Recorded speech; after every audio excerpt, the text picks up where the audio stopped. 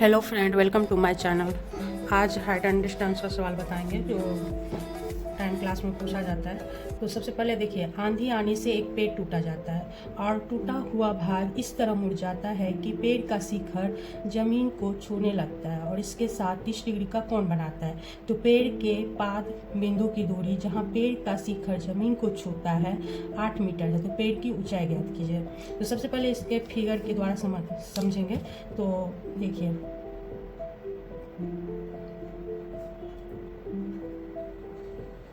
ये एक पेड़ है, ठीक है।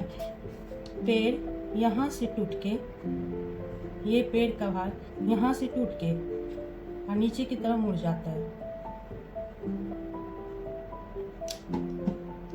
जैसे आप लोग देखे होंगे, जो केला के पेड़ जो रहता है, तो तूफान आने पे आधे पर से टूट के नीचे की ओर मुड़ जाता है, वैसे ही सेम इसमें आंधी आने से एक पेड़ टूटा जाता है। टूटा हुआ भाग इस तरह मुड़ जाता है कि पेड़ का जो शिखर है सो जमीन को छूने लगता है, इसके साथ 30 डिग्री का कोण बनाता है।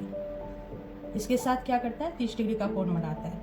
तो देखिए, यहाँ पे 30 डिग्री का कोण बना, जो टूटा हुआ भाग इस तरह मुड़ जाता है कि पेड़ का शिखर जमीन को छूने लगता है, इसके साथ 30 डिग्री का कोण बनाता है। तो पेड़ का पाद बिंदु मतलब होता है पैर का बिंदु, यानी पेड़ के नीचे की जो रहता है, नीचे की भाग उसको पैर की बिंदु। पेड़ के पाद बिंदु की दूरी जहाँ पेड़ का शिखर जमीन को छूता है वह 8 मीटर है। इसका दूरी कितना हो जाएगा? 8 मीटर। तो पेड़ की ऊंचाई ज्ञात कीजिए, ठीक है। तो इसको मान लेते हैं, ये हो गया A B C, और जहाँ टूटा हुआ भाग नीचे की तरफ मुड़ गया वहाँ पे मान लेते हैं D। इसको मान लेते हैं H, ये हो गया X, और यही भाग टूट के नीचे की तरफ गया तो ये हो गया X, क्योंकि X भाग टूट के नीचे की तरफ गया है, ठीक है। तो सवाल का अब हल करते हैं और पेड़ की ऊंचाई निकालेंगे। तो सबसे पहले देखिए, त्रिभुज DBC में ले लेते हैं। त्रिभुज DBC में तो टाइम 30 डिग्री पे ले लेते हैं, क्योंकि लंब और आधार है। एक H का मान निकालेंगे और फिर दूसरे में X का मान निकालेंगे और फिर दोनों मान को H + X कर देंगे तो पेड़ का ऊंचाई निकल जाएगा। तो हो जाएगा टाइम थीटा बराबर होता है क्या?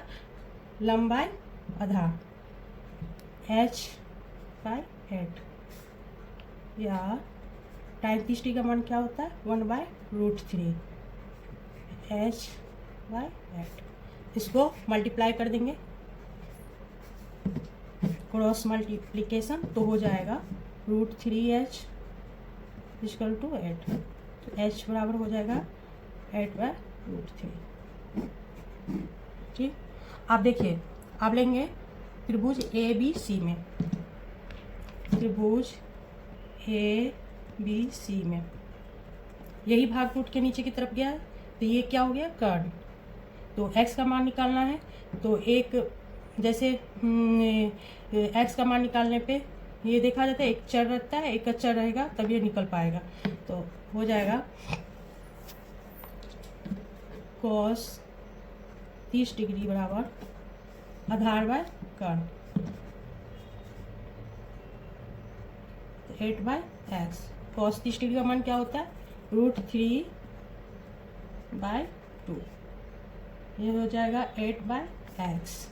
इसको फिर वही क्रॉस मल्टीप्लिकेशन कर देंगे तो √3x हो जाएगा और ये हो जाएगा 16।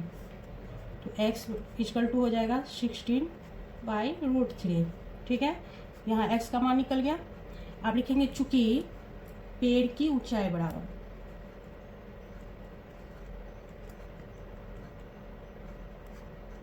तो पेड़ की ऊंचाई कितना हो जाएगा? AD + DB, तो कर देंगे AD + BD। तो AD का मान कितना है? AD का मान है AD का मान कितना निकल गया? 16/√3। X का मान 16/√3 प्लस BD का मान यानी H का मान कितना निकल गया है? 8/√3। फिर इसको LCM ले लेंगे तो √3 ये हो जाएगा 60 + 8, ये कितना हो जाएगा 24/√3। इसको फिर परमेकरण कर देंगे, हर का परमेकरण जो करते हैं, तो हो जाएगा √3। नीचे 24/√3 है तो नीचे में √3, तो √3 से और √3 से मल्टीप्लाई हो जाएगा, तो हो जाएगा कितना 24√3/3। तो √3 को मल्टीप्लाई करने पर √9 होगा, उसका स्क्वायर हो जाएगा 3 का होल स्क्वायर, यानी स्क्वायर हटने पर रूट हट जाएगा तो 3 आ जाएगा। ये हो जाएगा 8√3 मीटर, यही हो जाएगा आंसर। यही पेड़ का ऊंचाई निकल गया। Thank you.